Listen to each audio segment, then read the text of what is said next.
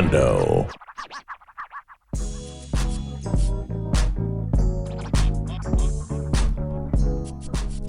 Good morning. Good afternoon, really. Central Florida, we're back. This is Removing the Mask, Going Beyond the Veil. My, we have got a show for you today. We're excited. I am so excited to be back this afternoon, and I am just raring to go. We had a fantastic, an overwhelming time this past weekend with our conference. But before we get into all that, I just want to welcome us all today on the round table. And who is on the round table today? Good afternoon, Central Florida. We missed you so much. I'm so glad to be back this week. We have so much exciting things to talk about. As Pastor said, it's just overwhelming. Yes. And she didn't even say her name. Yeah. I'm sorry. This is Sister Tamara. You guys know me. This is Sister Tamara. Hi, and this is Pastor Bridget. Yes. And this is Brother Stanley Poitvien.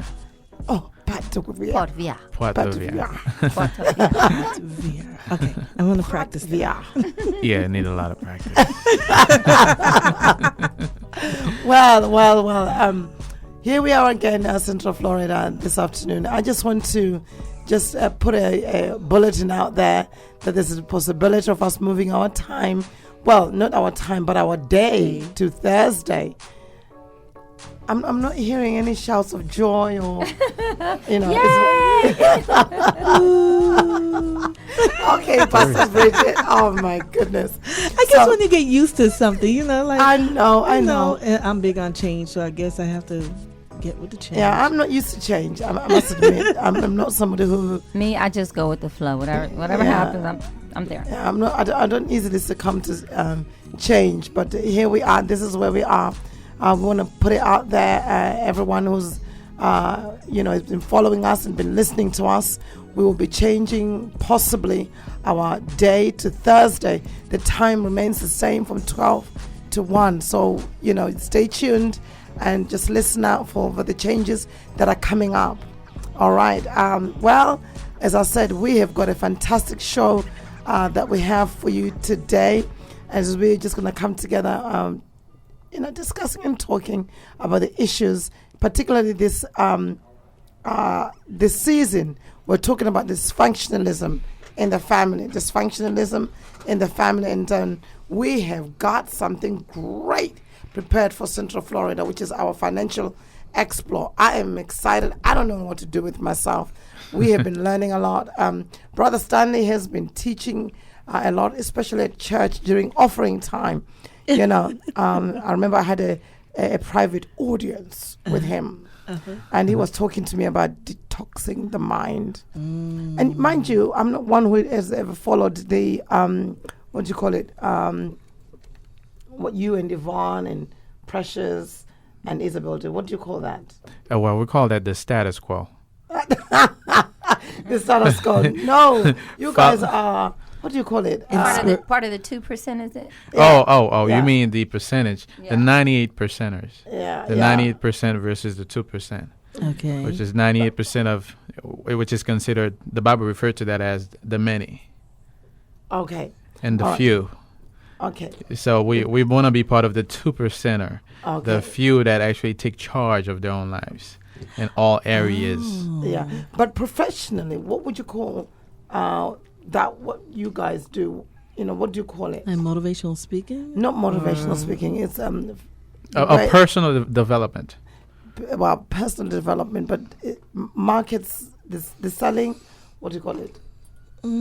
The way you guys sell stuff. Oh, direct selling. Yeah. Or network marketing. That's it. Okay. Yeah. Network marketing. Okay. Oh my goodness. Okay. Yeah. So I have never been one really who was into network marketing, and there's something that I've discovered. Network marketing it's just not about marketing, but it's just an awesome way of learning a lot. About yourself. About society, about a lot of stuff. These guys have been to courses, they've been to seminars and so forth. So some of the things that they've been talking about, it just blown my mind. This detoxing the mind, you know. And I was thinking, wow, what is that? As I said, I've been in every network marketing there is, and I'm like Pastor. If I'm going to take my time to network market someone else's product, I have a greater product in me, and my company is a product. So I want to be where the big boys are. Okay, all right. So when I go to the network marketing seminars, I'm hearing what I can do for me, for the company God has given me. You see, this is the thing. You see, I didn't have that concept. You know, it was never there. You know, you would have thought that being a pastor, I would have had it. But I think the American church has learnt a lot about product and about marketing, you know, and about the concept of putting yourself out there and your marketability, if you like. Whereas we are, you know, I'm coming from a totally different background altogether. You know, on your knees, you're crying to God and you're fasting and the anointing. You know, it's funny you said that, because after this weekend, I had a different insight of pastoring and a different insight of what it is to be a pastor, and not even a pastor, to walk as a sheep. And the biggest thing is, you know, pastor's big to say neology, prayer. And I was big on, well, we need more than prayer, we need work. But to see what happened this weekend, I see the work comes in, but prayer cannot stop you from getting to the work. That's right. You have to have the answer from God, and you have to have that personal relationship. You know, even this morning, I got up at 5:30. I was going to jump on the line, the prayer line. Yes, y'all, we do have a prayer line, Arise and Shine. Yes. And I was a little late because I had to run someone to work. But just taking that time with God, just me and him. Those few minutes. But here's the thing. One thing about prayer is that, you know, pastor usually says prayer works. However, I like to add, prayer works, but prayer is not the work. Prayer is preparation for the work. True. See? True. So you talk to God, you get the inspiration, you get your answer, then now you got to get to work. True. And that's when the industry like network marketing comes in. Network marketing is nothing more than a vehicle to get you from where you are to where you want to be. Now, it could be any forms of vehicle. It could be a real estate investing. It could be investing in the stock market when it comes to improving your financial situation. But it's only a vehicle. And a lot of times people get into that kind of industry, they just seen the selling part of it, you know, the promotion of the product. But they don't really see what's really taking place inside of them. In order for you to get to a financial position that is higher than where you currently are, you have to think. You have to start thinking in a different way. And when you go to the seminars and you go to those events, and that's what they do, they teach you things that you're learning about yourself. And as you learn about yourself, you learn about others. Yeah, it's really changing me, because I hate selling. I do. In our church, there's something that we called talents, where you use your hands. You know, you use the talent that you have. And, you know, to do things, you use that talent to bring in money into your home and into the kingdom. And I tried selling. Oh, my goodness me. I tried. I really tried. But I think my mindset wasn't in the right place.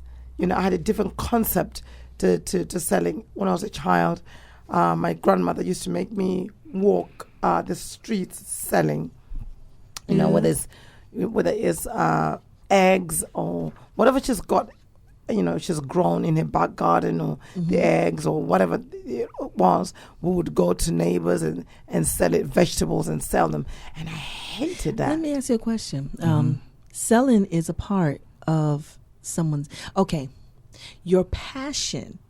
When you don't have a passion for something, you're not going to desire to do what it is.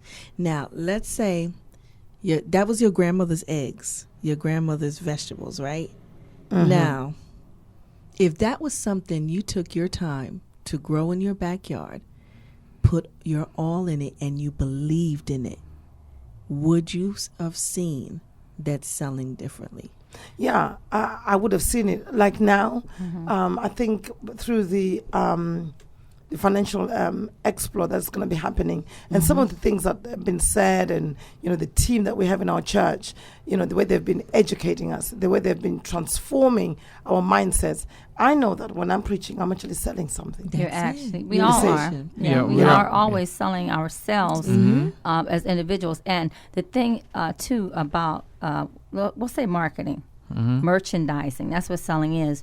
When you love something, it's not an effort. You don't have to sell it.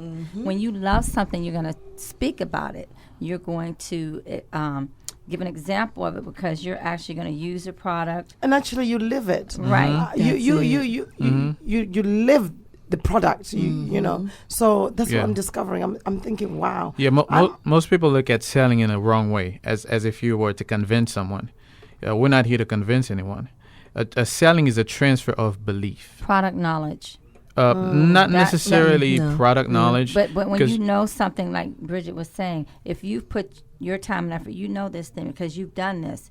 So you know the ins and outs of it. So it's not something that you have to sell because it's in you. You don't have to be convinced. Right. So because you're already convinced. You're just sharing the knowledge. You actually are convinced. It's more than just a product knowledge. It has to be a passionate product knowledge. I mean, everybody have knowledge, right? But are they really passionate about it? Just like I was telling you, Pastor, as you have discovered, you are selling when you are in the pulpit. You have to be able to communicate that transfer of belief in your belief system as far as Christianity and everything that you believe in order for you to bring people to God. And if you don't, then that shows and how many people is going to follow. I mean, it's just like Paul. He whenever he spoke, it was to persuade. He says, I am persuaded, So it is persuading people, to come over to your side. Yes. You see? Yes. To cross over to your side. So it's been just phenomenal how my mind has been transformed. The way I look at things, the way it's changed. And I really thank God for Pastor Bridget because radio and such other vehicles and such other tools to reach to people was never my thing. My thing was on my knees. That's all it was. That's what I was interested in. She got me there now. That's where I wanted to be. Yes. That's where I lived at. And I did this. When I arrived in Orlando for 2 years, I did nothing but to be on my, flat on my face, speaking to God. And I believe that's perhaps why right now I'm able to do what I'm doing right now and enjoying what I'm doing right now. But I really thank God for her because she opened up a door to me about broadcasting, about coming on the radio. It was never anything that I would have ever ventured out to. But praise the Lord, here I am. Absolutely. Here I am. And believe it or not, there is a labor that we do in the spirit. So when you're praying, it's not like you're working a 9-to-5 job, physically laboring, but it takes something. To stay in that position, to be an intercessor, to intercede. You're putting your heart and soul in it. You're carrying people and things and nations before God. So it is sort of, a laboring. You were saying it's not a work, but it does take something from you to be able to be in that position because everybody can't do it. It's what I like to call spiritual preparation. You prepare yourself when, just as you said, you were praying and God opened the door. You still have to come on the radio and broadcast. But look at physically. This. I just had an epiphany, and maybe if everyone know about Gandhi. And what was his? He believed in prayer. He fasted. Mother Teresa. That's right. We have great people. A lot of us, yes, we're assigned to that to see where the world is today. Someone was behind that vehicle to drive what we're seeing now. So even Paul, he said, he was a man that wasn't set to get married. He was called for the gospel. He was sent out there. Well, I mean, for Paul in marriage, it's debatable in some way. Yeah, Paul, you stay right there. Now, everyone, I'm not negating the fact that prayer has power, and it is a form of spiritual labor. However, what I'm saying is we've got to transmute that spiritual labor into physical labor in order to complete that portion of it. Well, I mean, I understand what you're saying. I really do, because the two things that we have here, we have faith and works. You see, James says, what? Show me your faith and I'll see your works. You see? So it's not all about just, faith. Faith without works is dead. Dead. That's right. Yeah. So, we do have to work. Your prayers have to be manifested into work, into an answer. You see, into a result. You see, what you obtain on your knees must show as a result in the natural. You see, when you continue to pray 10, 15 years for a certain thing, for a revival, and that never comes in any shape or form, then you really need to go back on the drawing board and say, what's wrong, what's the matter? Because God hears. He's not deaf, that he cannot hear. So, go ahead. I was thinking about Pastor Catherine. Oh, Jesus. Pastor Catherine, my goodness. That is a stick of dynamite. She's about 3'5". Yes, She's about 3 feet 5 inches tall. Yes. About 95 pounds, and she is so powerful. And I was reading her bio, and she's an assigned intercessor for the ministry. Yes. And to see and just to hear the testimony, I believe there are people are assigned to certain things, and they are assigned to prayer. It's like a nun. It's the Catholic priests, the nuns, and when you see Pastor Catherine, when wrong people, but people that are assigned to pray, to pray, and I love what she said. She gave a testimony about someone having an issue, and she said, we're going to pray for this, and in the process of praying for this, the issue was automatically taken care of. So I believe what her thing was, the focus should not be on self, because God knows our needs. As Pastor said, he's not deaf, dumb, or blind, but when we intercede, we take care of God's business. He will never, ever forget your needs. Because what God really needs is an intercessor. That's what God needs. Intercessors. He can take care of your business, no problem. But he needs an intercessor. Yes. He needs someone who can stand gap between him and the world, between him and the need, between him and the request. So that is what God is in need of. Yes. So when you supply the need, well, what can I say? We're talking about need and demand. Yes. Come on, marketing. Yeah. Need and demand, supply and need. We have a call on the line, Demand. Precious. How are you? Hi. Hey, Precious. We had a fantastic time during the conference, didn't we, Precious? Well, that's the reason why I'm calling. I want to actually give out a shout out and thank everybody who participated, from every little thing, and above all those who prayed, and to give praise and all the glory to God. It was so successful. It was beyond any human capacity. Yes. Everything came together because God was upon it, and it fulfilled what His will, and it manifested through us. And I want to give a lot of encouragement to the Forward in Faith Ministries Orlando and say, great job, excellent job, and actually thank everyone throughout the nation who came to the conference and was actually changed throughout this conference. And getting to a conference is a matter of understanding that you want to get something out of it. You just don't travel for fun. But I'm sure people went with a lot of heavy bags and other luggage with them because of the great impartation that took place. Yes, there was a lot of impartation. Yes. Yes. This was far beyond never anything I remained could have the ever same. imagined, as Precious is saying. It was really an awesome experience. And just the way that God manifested himself, it was completely... I think it's something that not for me, but because I've witnessed it, but for my church, I think it's something that never, ever seen. They'd never seen anything like that before. Particularly like Pastor Catherine, she prayed for somebody. And as you know, we Pentecostals, when the power of God is manifest, she fell. Then she turned around. Well, she didn't touch anyone. She didn't put her hands on anyone. She just looked and spoke from afar. Yes. And that was that. She then turned her back and walked to the other side of the stage. She stretched out her hand and she flickered her hand. And the person that she had just finished praying for was on the floor. I mean, the person just turned over. I mean, did it like a double somersault simultaneously. She just flipped her hand over. And the woman flipped over.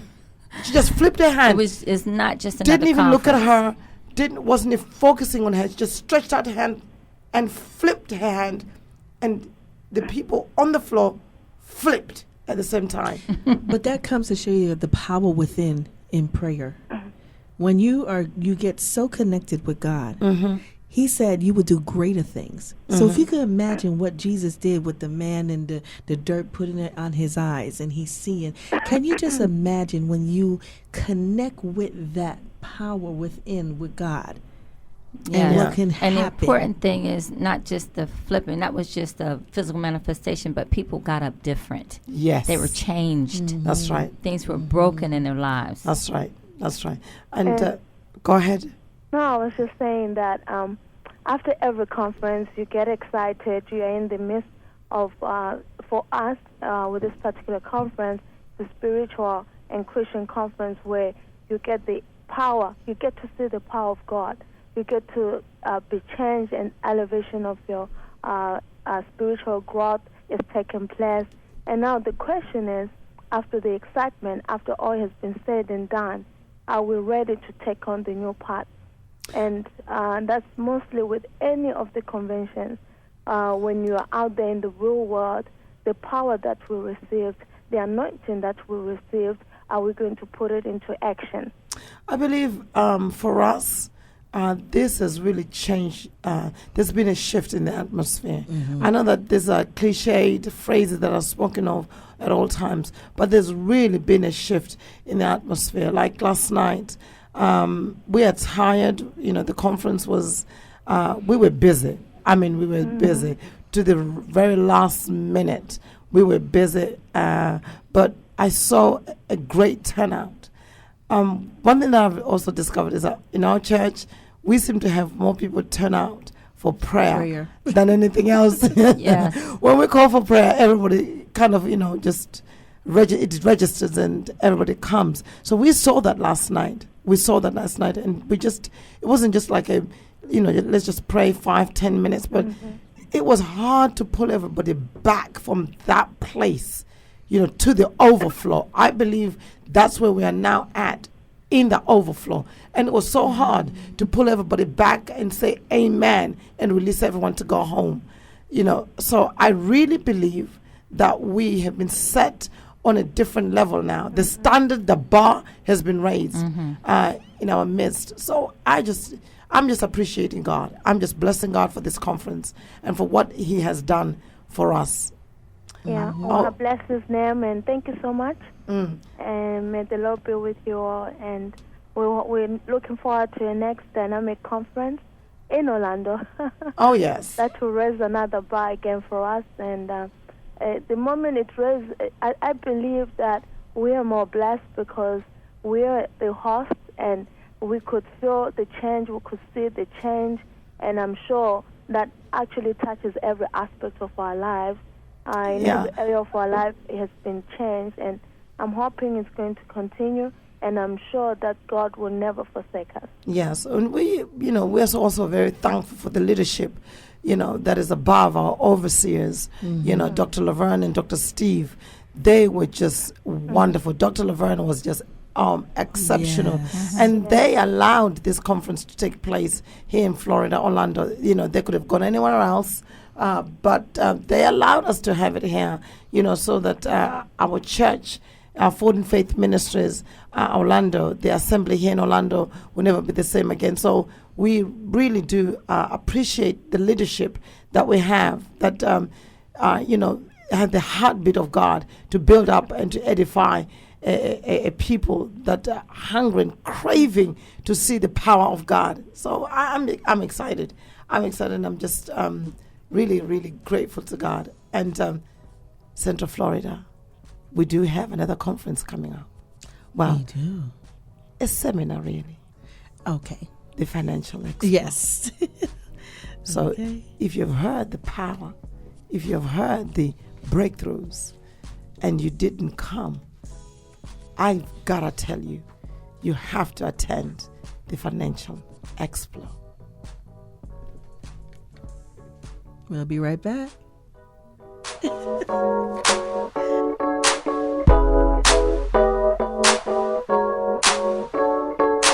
Gospel 1680 WOKB.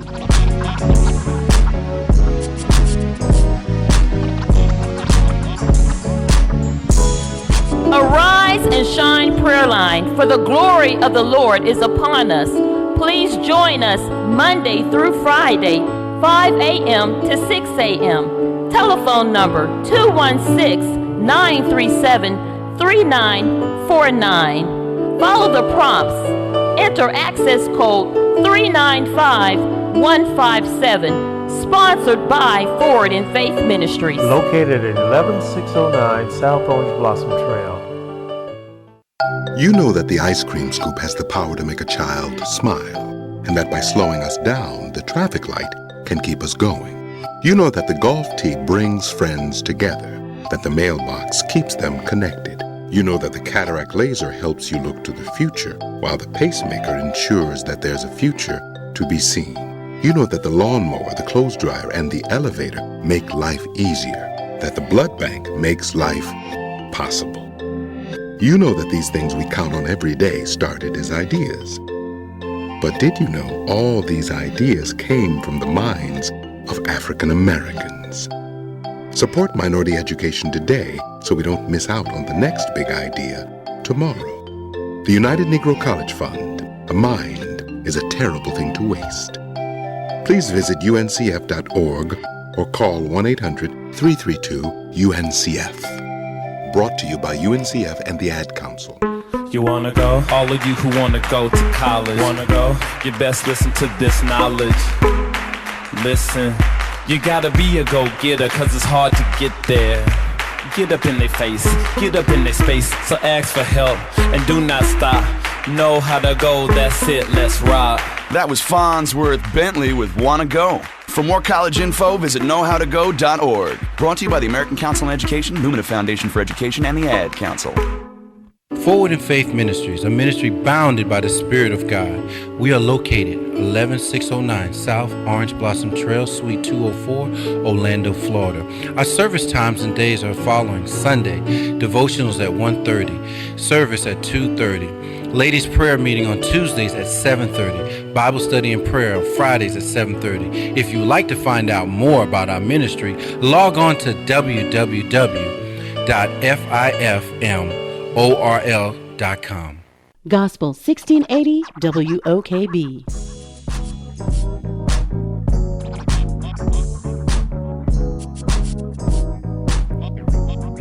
Welcome back. Welcome back to Florida. Wow. Welcome back. Oh, we do make Glenn work. We do make him work. Glenn, you still have hair on your head? Oh, his hair is gone. Yes. I think we did that. Yes, I think we did. I think that was the work of a straight razor. No, I think it's got an extra few wrinkles. Yes.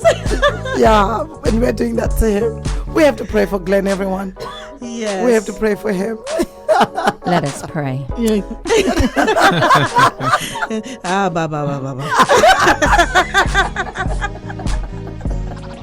all need to Oh man, Pastor Britt, you are a trip. And yes, Glenn, we will be bringing that African food, okay? He needed for his muscles. Yes. That's a good one for the muscles. Welcome back, Central Florida. We have got such a great show. We have been having such a good time. We're getting back to our season's topic, which is dysfunctionalism. We will be looking at today the major dysfunctions of the black family, dysfunctions of the black family. And here I've got a list of things. Wow. When I looked at them and I thought, can we really make it as families? When we look at the things that are so major in our families that makes us dysfunctional. The first thing here, I've got poor family communications.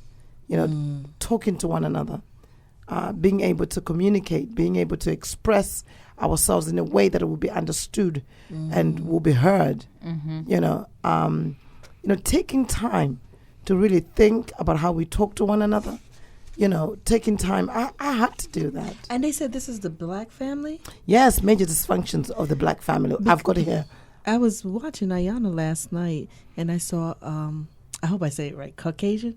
Is it? Okay, a Caucasian family, and she went there to help fix their life. And the woman's been gone for about 3 or 4 years, and she came back, sat around the table with the boys and her ex-husband, and act like nothing was wrong. They all had a conversation like nothing's wrong. And Disconnected. She's like, no, this is crazy. This is crazy. This woman's been gone for 3 years. Your sons are hurt. And I'm like, so that's why I said the black family? I think it's family. I know what you're saying, but But this is a study conducted. Yeah, I know, I'm just saying. Within our community, but it is at large. And it also says disconnection from their past. So we have poor family communications. We have disconnection from the past. We have disintegration of mutual financial support. Okay. So there's a breakup there. You have one breadwinner. Somebody's not contributing to that household. Wow.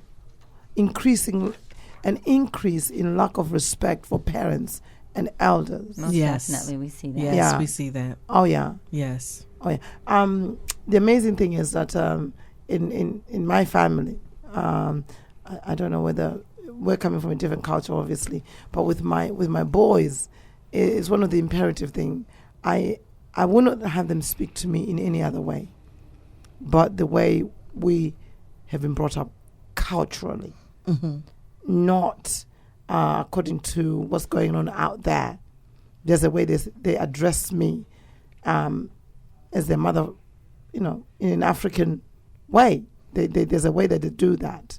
But I think all West Indian ways are like that, because I couldn't talk to I would be shaking in my boots if I answered my grandmother any other way.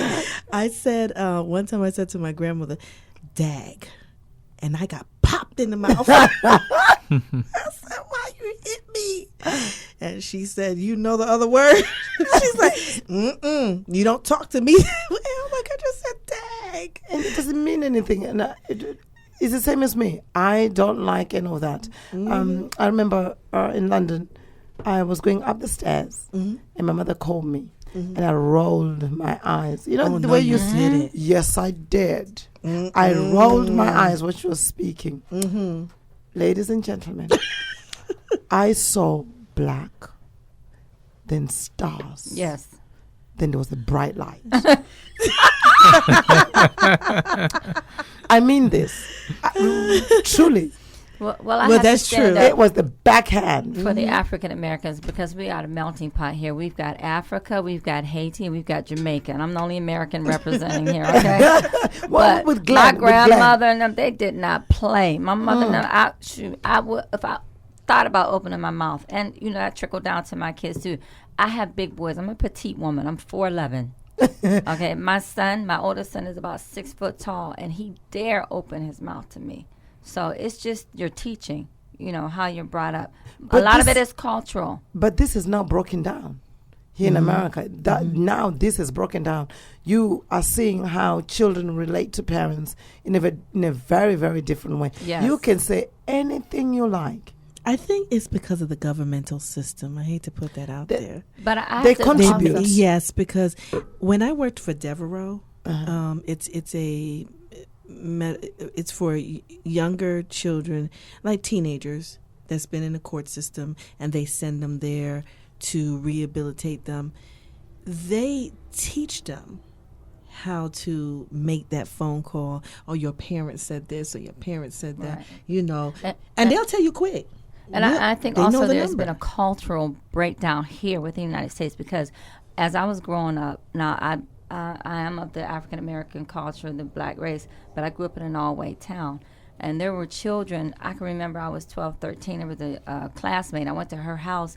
The way that she spoke to her mother, I would have been 6 feet under. I mean, not just being disrespectful. She called her mother the B word. She said nasty things to her mother. She wouldn't clean dishes. And the mother wouldn't even blink an eyelid. The mother would be crying. The mother would be sitting there crying. And I'm sitting there looking like, what's wrong with this picture? Because I told her, I said, child, if you was at my house, your breath would have been taken away from you the moment you even thought about parting your lips to say something like that. I was in amazement. So I think a lot of it is a cultural breakdown where our children have seen this and like, wait a minute, they acted like that. Shoot, I can do the same thing. Yes. Oh, and then they mimic what I said to my children, they came back from school one day and said, you know what, Mommy? They said, if you hit me, if you touch me, I can pick up the phone. And I said, go right ahead. Yes. I need you to pick up that phone. You need to pick the phone. I mean, by the end of the evening, they were shaking. I remember one time my daughter was 17, and she just had my grandson. And, she was home. Yeah, you made a mistake. You had a baby. So my husband and I were at home, and we went ahead and took care of the baby, and she didn't come home that night. She was at the club. Okay. So when she came home, I'm like, where were you? And she sassied me. I told my husband, I said, can you leave the house for a second? We need to have a talk. And her head was in the microwave. Don't try this at home, people. I do not recommend that you try this at home, okay? But I also had experience with my daughter. We would like to put a disclaimer out there for removing the mask. Yes. The comments that you're hearing. These are not the views of Forward and Faith Ministries. Well, I am now a parent and instructor. I've learned my lesson. She is older now and out the door. Yes. But, they institute these laws and they take away the authority of the parent to parent the child. Yes. And, as well, my daughter was around 13, 14, acting up. And I called the police. I said, I need you to come up here now because I'm getting ready to kill her. Okay?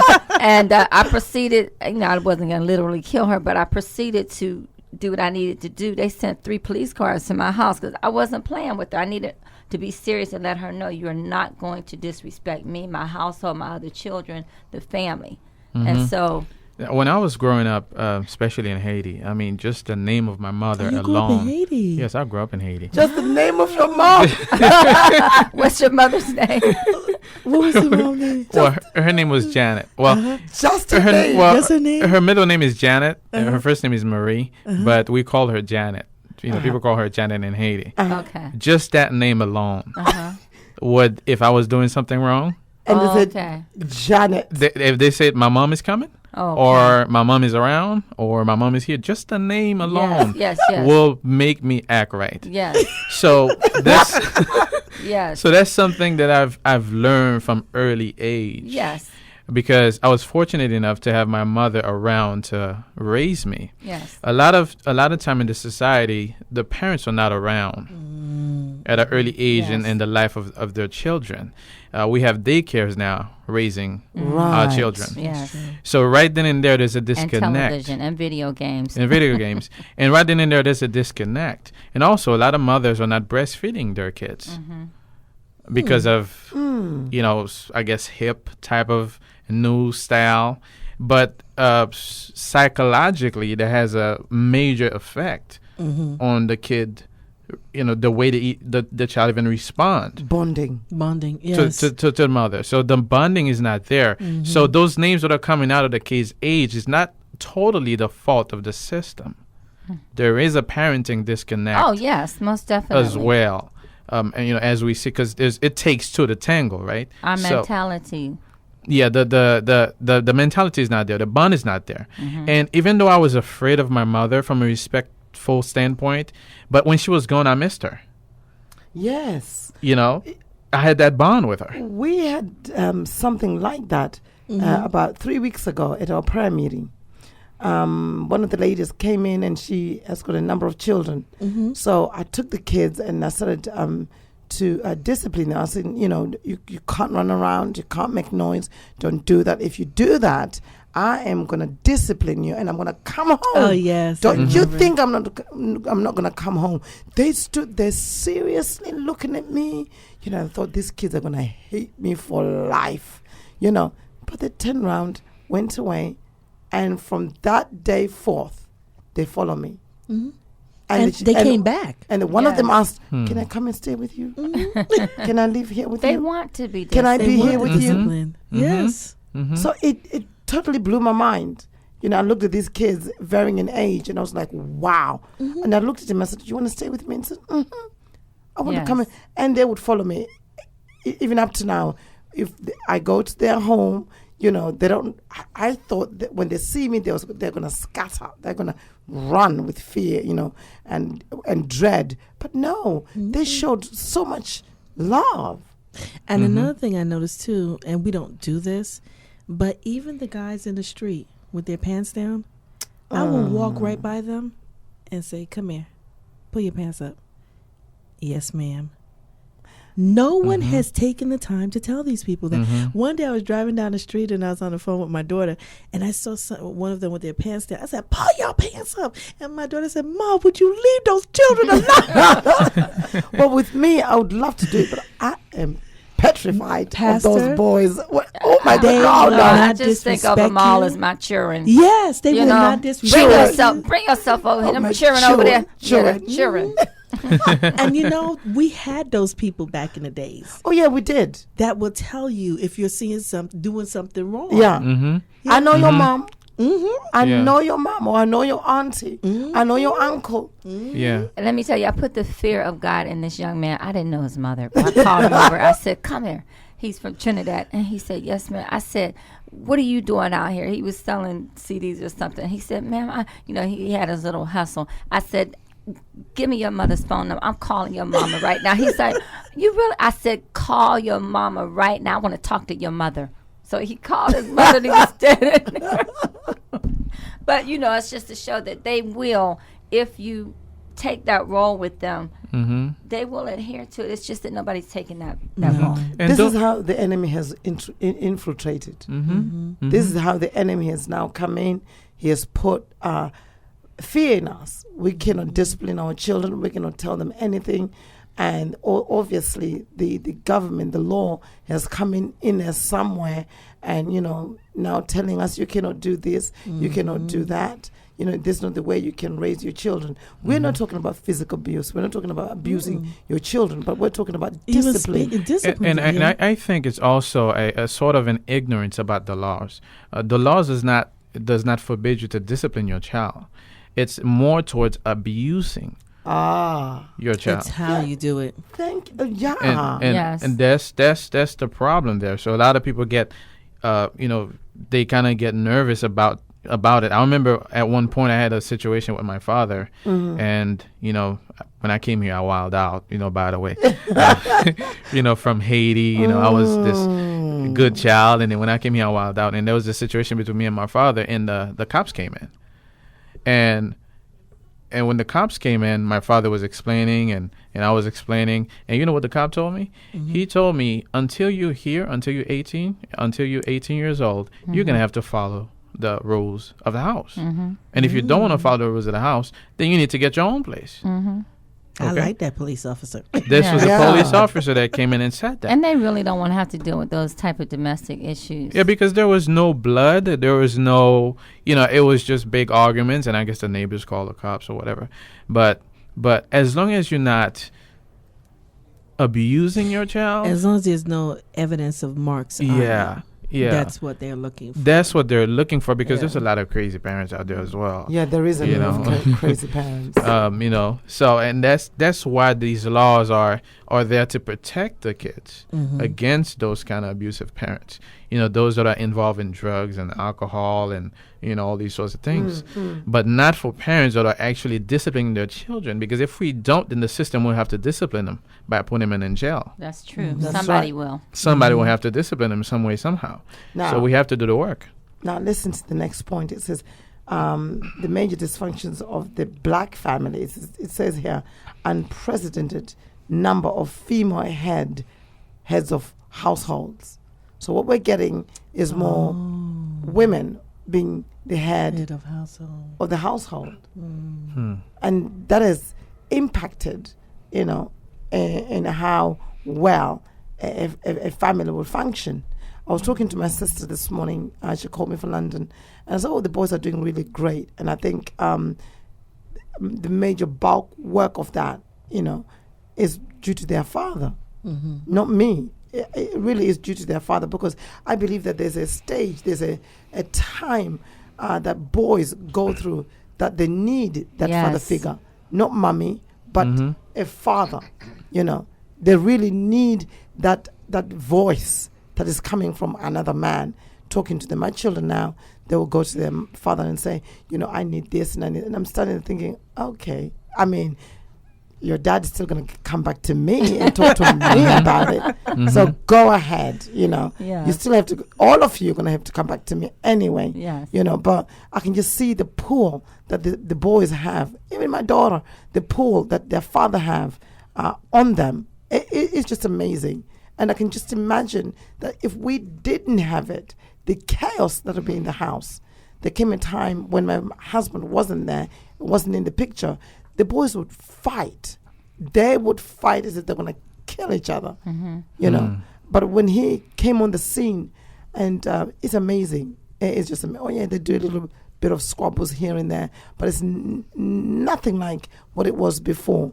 And I'm seeing that there's dialogue between them and their father. Yes. So the number 3 should be at the bottom of every great foundation. Just like you have God the Father, Son, and the Holy Spirit, you have mind, body, and soul. When it comes to the family, there must be mother, father, and children. It's important. This next one is very important, Pastor Taylor. Go ahead. Virtually non-existent wealth transfer to the next generation. Financial exploit. Financial exploit. Wow. Oh man. Wow, this is why everybody needs to be at the next Financial Explosion seminar. And what date is that? October 27th, Saturday. Saturday at what time? From 11 a.m. Actually, registration starts at 10:30 a.m. It's from 11 a.m. And what's the other topics that you're going to have? Oh, man. Mind detox. Investing. My favorite. Mind detox is your favorite, right? Yes. Investing. Credit awareness. Understanding your credit reports and how it affects you. Tithing and giving. And, of course, purpose. Living on purpose. You need to come in here. I have to go back to the tithing and giving because we got a master expert on that one. Oh, you would love this. I mean, churches, if you're listening, pastors, if you want to just take your tithing and giving to a whole nother level, you need to invite Elder Precious in my church. Yes. Oh, yes. Or even come to this to listen. Yes. Yeah. Every pastor should be there. I believe it'll greatly bless their ministry. Every church leader should be there. Yeah, and you can go on our website and register on our website, which is what? FIFMORL.com. Yes. Okay. And you're going to go to the event tab. And there's going to be an arrow, drop down, right? Yes. And then you click on Financial Explosion. Yes. It's only $7 for now, early registration. And up until around October 20th, and the price is going to go up. Okay. So you're going to register. You want to register as soon as you can because we have an early registration, early bird special for only $7. Okay. So everybody on the line right now should be registering. And how much is it at the door? At the door, I was talking to Pastor between. She doesn't want to bring the price up, but I do want to bring the price up because it's a steal. Go ahead. And the reason why the pastor wanted us to do it for $7 so everybody can afford it, and there's no excuse. In fact, I wanted it for free. She wanted it for free, and I'm like, no. What I've learned, what I've learned is that, especially in network marketing, people do not value what they don't pay for. Right. Yes. So we have to actually get them to give something in order for them to understand. And there's the principle to that. It's very important. Mm-hmm. So it is www.fifmorl.com. That's right. So do go to the website and register. It's going to be an exciting time. So as we've said, as we are seeing that some of these things, they need teaching. Mm-hmm. Yes. Mm-hmm. We need to be taught. We need, for our minds to be opened up. And it's amazing how this is one of the major dysfunctions in our families, that there is no wealth transfer to the next generation. Someone brought to my attention, even the Jewish culture, they have, what is it, at 13, they bring the young men in, and what is it, this service called? But Bar mitzvah. Bar mitzvah. Yes. And the elders, they give them $1,000. That's right. They'll give them gifts. So they start them off in life. They have a diary. They have something to start off with to go to school, to start their education, to build a business, whatever it is. We don't establish that. We don't do that. Mm-hmm. And we're going against I often say when we think we're smarter than God, and that's when we actually fall short. Because the Bible says the wise man shall leave inheritance for his children's children. Right. And now we've got people hoping their children take care of them instead of them taking care of their children. Mm-hmm. I had a conversation with you some time back, and that concerned those who are in the diaspora, the Africans. We sent money home, and somebody said, "You must be the richest people ever. The children are the richest because you're always sending money to your parents, and it's never the other way around. Your parents actually, looking after you. So I hear what you're saying.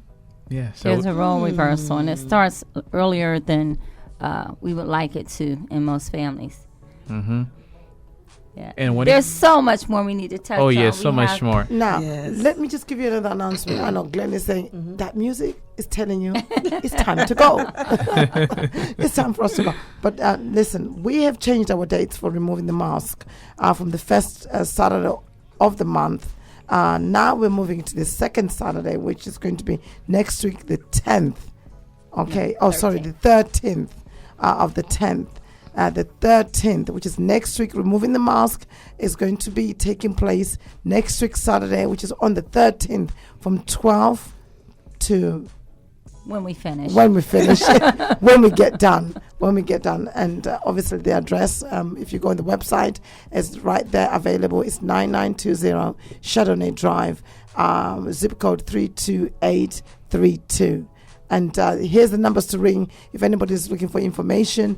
The numbers are 724-630-8372. That's Annette Davis' number. And we also have 407-486-9141. And that's Benita Foster. So if you're wanting more information about removing the mask and also about our financial explore, please call these numbers. Wow. We've come to the end of our show this morning. It's been exciting having you all today. And we just want to let you know that there's going to be a change, possibly, of our day to a Thursday from a Wednesday. Same time, Thursday, but same time, 12 to 1. And same channel. And same channel. Same station. Same program, removing the mask. Channel. That's right. All right. And remember, Pastor Tehila, you can never overdose on wisdom. God bless.